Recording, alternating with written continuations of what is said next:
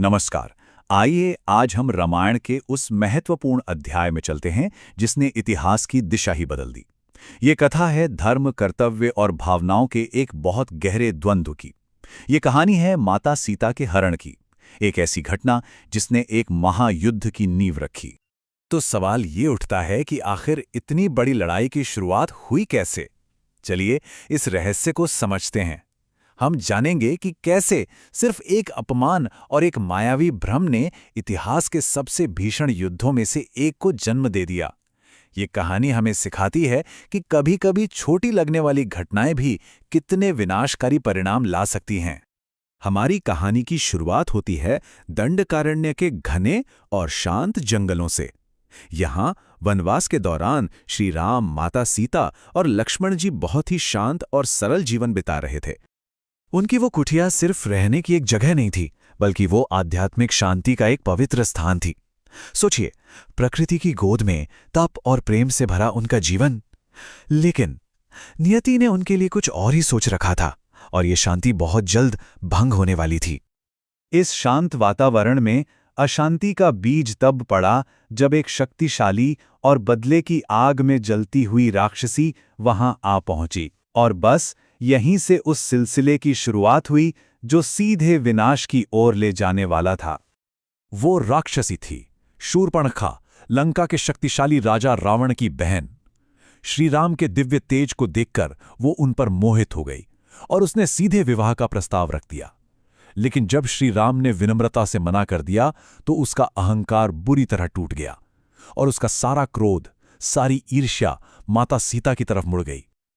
और बस यहीं से घटनाओं की एक ऐसी लड़ी शुरू हुई जिसका अंत बहुत विनाशकारी होना था। जब शूर्पणखा ने गुस्से में आकर माता सीता पर हमला करने की कोशिश की तो उनकी रक्षा के लिए लक्ष्मण जी ने उसकी नाक काटकर उसे दंडित किया। अब ये अपमान उसके लिए बर्दाश्त से बाहर था और इसने उसके अंदर बदले की आग को और भी ज्यादा भड़का दिया।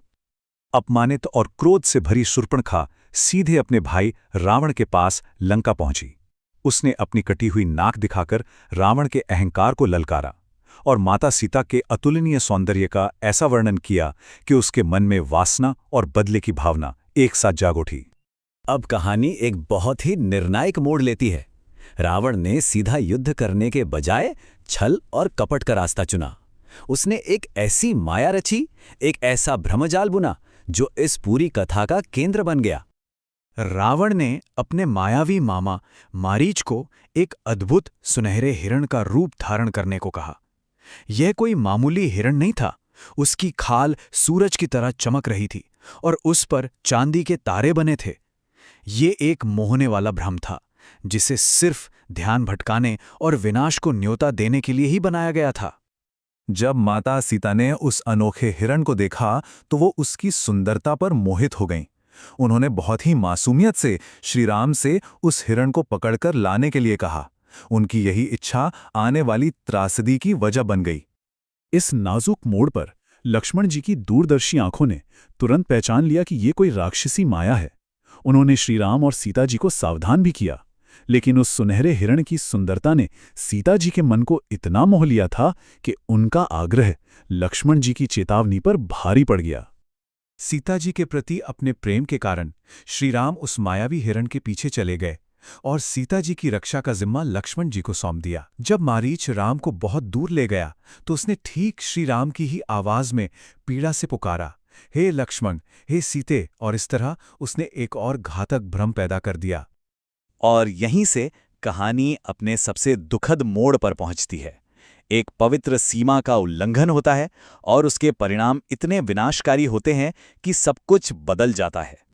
श्री राम की वो पीड़ा भरी पुकार सुनकर सीता जी व्याकुल हो उठीं और उन्होंने लक्ष्मण जी को तुरंत जाने के लिए विवश कर दिया। बहुत भारी मन से लक्ष्मण जी ने जाने से पहले कुटिया के चारों ओर एक दिव्य सुरक्षा रेखा खींची, जिसे हम लक्ष्मण रेखा कहते हैं, और सीता जी से विनती की कि किसी भी हाल में इसे पार ना करें।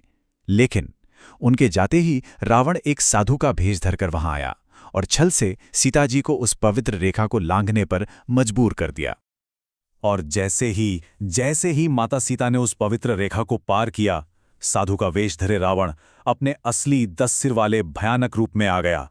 अब उनके सामने कोई भिक्षु नहीं बल्कि लंका का अहंकारी और शक्तिशाली राक्षस राजा खड़ा था। रावण ने बलपूर्वक सीता जी को उठाया और अपने पौराणिक उड़ने वाले रथ पुष्पक विमान में बिठाकर आकाश के रास्ते से लंका की ओर ले जाने लगा। माता सीता की असहाय चीखें सुनकर बूढ़े गिद्धराज जटायु धर्म की रक्षा के लिए आगे आए। उन्होंने अपनी पूरी शक्ति से रावण का सामना किया, लेकिन उस दुष्ट ने अपनी तलवार से उनके पंख काट दिए। धर्म के लिए लड़ते हुए जटायु बुरी तरह घायल होकर पृथ्वी पर आ गिरे। तो चलिए अब समझते हैं कि इन दुखद घटनाओं से हमें क्या नैतिक सीख मिलती है। आखिर इस सारे विनाश की जड़ में था क्या? देखिए, इस पूरी कथा के मूल में दो विनाशकारी शक्तियां थीं, अहंकार और भ्रम। एक तरफ शूर्पणखा और रावण का अहंकार और दूसरी तरफ उस स्वर्ण मृग द्वारा पैदा किया गया भ्रम। इन्हीं दोनों ने मिलकर विनाश का वो रास्ता तैयार किया जो आखिरकार एक महायुद्ध का कारण बना। सीता हरण की ये कथा हमें एक बहुत गहरे प्रश्न पर सोचने के लिए मजबूर करती है।